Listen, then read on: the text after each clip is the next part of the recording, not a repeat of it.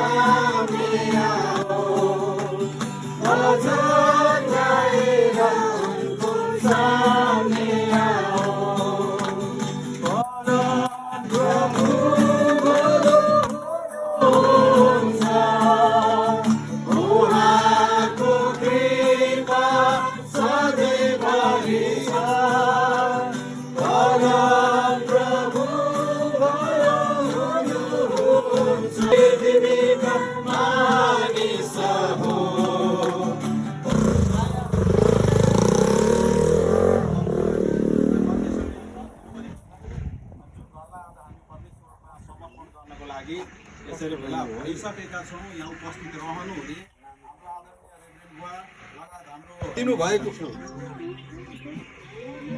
127 परम प्रभुले नै घर नबनाउनु भए चाहिँ बनाउनेहरूको परिश्रम पनि व्यर्थ हुन्छ र परम प्रभुले नै सहरको रखवाली गर्नु भएन भने हैन रखवाली गरेको रखवाली पनि व्यर्थ हुन्छ भनिकन वचनले भन्नु छ। त्यसै कारणले गर्दाखेरि आज यो परम प्रभुले नै यो घर निर्माण गर्नु भएको छ है। अनि यो घर हामी परम प्रभुमा राख्छौँ यो समयमा। अनि आज हामी विशेष गरेर यसको लागि हामी एउटा सुरुको प्रार्थना गर्छौँ र सुरुको प्रार्थना चाहिँ हाम्रो आदरणीय पास्टर दिलीप तामाङज्यूले गर्नुहुनेछ। आउनुहोस् हामी प्रार्थना गरौँ। हे सर्वशक्तिमान परमेश्वर, तपाईँ परम प्रभु परमेश्वर जीवित येशूलाई हामी यो घडी हामी धन्यवाद दिन्छौँ, किनभने तपाईँ वचन सङ्ग्रह 127 को 1 र 2 पद अनुसार घर बनाउनु हुने परमेश्वर हुनुहुन्छ, परिवारलाई जोड्नु हुने परमेश्वर हुनुहुन्छ। आज हामी तपाईँमा मण्डली परिवार सँगसँगै यो परिवार तपाईँमा जोडिन्छौँ। हामी उहाँले सुरुको प्रार्थना गरिसक्नुहुन्छ। अब भने हामी एउटा खण्डलाई म पढ्छु अनि हामी धन्यवादी भाइ उहाँको ढोकाभित्र पस्नेछौँ भनेर हामी यो भजन गाउँदै रेभरेन्ड बुवाको हातद्वारा रिबन काटिकन हामी भित्र प्रवेश गर्नेछौँ। अनि त्यस पछाडि हाम्रो भित्र सङ्गति सेवा हुनेछ। यहाँनिर म एउटा पढ्नेछु, तर म चाहिँ तपाईँको अपार कृपाको करुणाद्वारा तपाईँको भवनभित्र पस्नेछु, भक्ति साथ तपाईँको पवित्र मन्दिरतिर फर्की दण्डवत गर्नेछु। हामी खण्डलाई हामी यहाँ पढ्छौँ र अब यो समय चाहिँ हामी रिबन काटिकन भित्र प्रवेश गर्नेछौँ। अनि यो समय चाहिँ हाम्रो आदरणीय रेभरेन्ड बुवाले रिबन काट्नु हुनेछ र हामी सबैले ताली बजाउनेछौँ। अनि ढोका खोलिकन हामी धन्यवादी भाइ उहाँको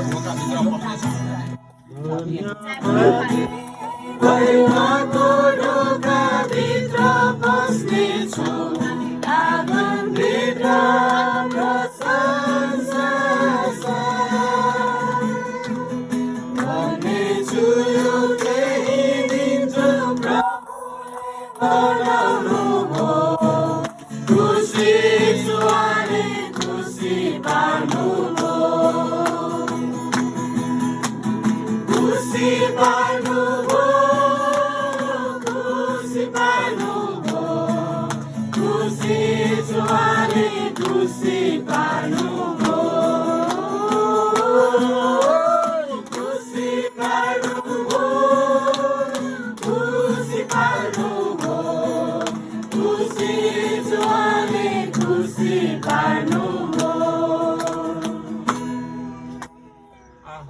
सर्वप्रथम परमेश्वरलाई धन्यवाद भएको उपस्थिति आदरणीय मण्डली परिवार लगायत हाम्रा आदरणीय पास्टरज्यूहरू अनि पास्टरनी आमाहरू सबैलाई यीशु ख्रीष्टको नाममा जय मसीह।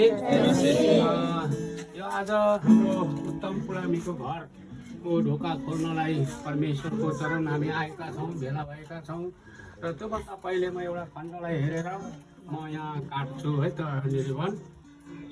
यहाँ एउटा सोमानको गीत भनेर लेखेको छ, यो अघि पनि पढिसकेको पद हो। परमप्रभुले नै घर नबनाउनु भए त बनाउनेहरूले गरेको परिश्रम व्यर्थ हुन्छ।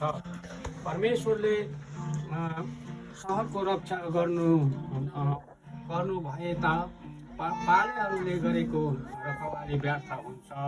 परमेश्वरको वचन पढाइमा हासिल भएको हुन्छ। हामीले भजनले अघि पनि बताइसकेको छ हामीलाई यो ढोका खोल्नुपर्छ भनेर। अब म छोटो एउटा प्रार्थना गरेर म रिबन काट्छु। तपाईँहरूले रिबन काट्दाखेरि सब काटिसकेपछि ताली बजाइदिनु होला है त।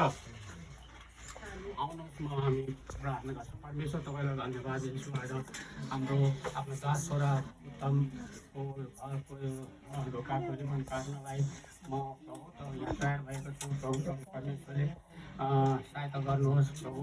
हामी पिता पुत्र पवित्र आत्माको नाउँमा यो ढोका खोल्दैछु। प्रभु म विद्वानबाट तपाईँ परमेश्वरलाई आशिष दिनु घर जसले पनि प्रभु यो घर खोल्नलाई तपाईँ प्रभुको अनुग्रह रहोस् र यहाँ चाहिँ असल काम गर्दछौँ। धन्यवाद छ सबै कुरा तपाईँ प्रार्थना गर्छु पवित्र काटेपछि ताली बजाइदिनुहोस्।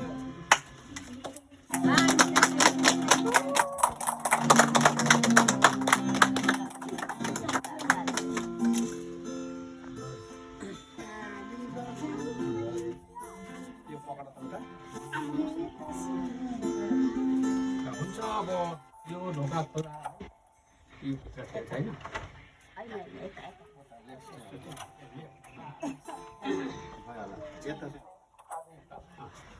सब ताली पठाउँ है।